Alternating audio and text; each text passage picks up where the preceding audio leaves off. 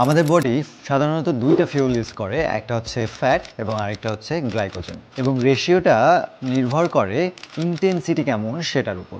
লো intensity যেমন walking কিংবা easy জগে আসলে আমাদের ফ্যাট বার্ন হয়, কিন্তু একই সাথে মনে রাখতে হবে এইসব ওয়ার্কআউটে কিন্তু ক্যালোরি অনেক কম বার্ন হয়। হাই ইন্টেন্সিটিতে যেমন ফাস্ট রান, হিট ট্রেনিং কিংবা ইন্টারভাল রান, এগুলোতে অনেক দ্রুত ক্যালোরি বার্ন হয়, কিন্তু সেখানে ফ্যাট বার্ন অনেক কম হয়। চলেন একটা ম্যাথ করি। আপনি স্লো ইন্টেন্সিটিতে 30 মিনিট হাঁটবেন, সেখানে হয়তো আপনার 200 ক্যালোরি বার্ন হবে, এবং এই 200 ক্যালোরির ভিতরে আমার ফ্যাট ক্যালোরিজ হচ্ছে 120, অথবা 60% ফ্যাট বার্ন হচ্ছে।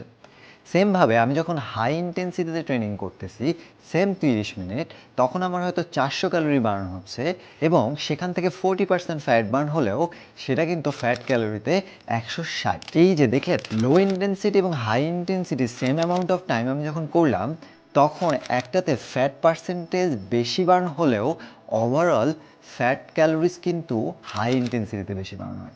তাহলে আপনার মনে রাখতে হবে, আপনি যদি শুধু লো ইন্টেন্সিটি ট্রেনিং করেন তাহলে কিন্তু এটা আপনার বডির জন্য অতটা বেটার না। আপনাকে এটার একটা ব্যালেন্স জায়গায় আনতে হবে। 70-80% লো ইন্টেন্সিটি এবং 20-30% হাই ইন্টেন্সিটিতে ট্রেনিং করতে হবে। হাই ইন্টেন্সিটিতে আরেকটা জিনিস ঘটে, সেটা হচ্ছে এক্সেসিভ পোস্ট অক্সিজেন কনজাম্পশন, অর্থাৎ ইপিওসি। এখানে আপনার বডি হাই ইন্টেন্সিটি ওয়ার্কআউট করার পরেও 12 থেকে 36 ঘন্টা, এই সময়টাতেও আপনার বডি কিন্তু ফ্যাট বার্ন করে মাসেল রিপেয়ার করার জন্য। অর্থাৎ সেখানে কিন্তু আপনার বডির মাসেলগুলো আরও অনেক স্ট্রং হয়, এবং আপনি আরও অনেক বেশি প্রোডাক্টিভ হন, আরও এনার্জেটিক হন।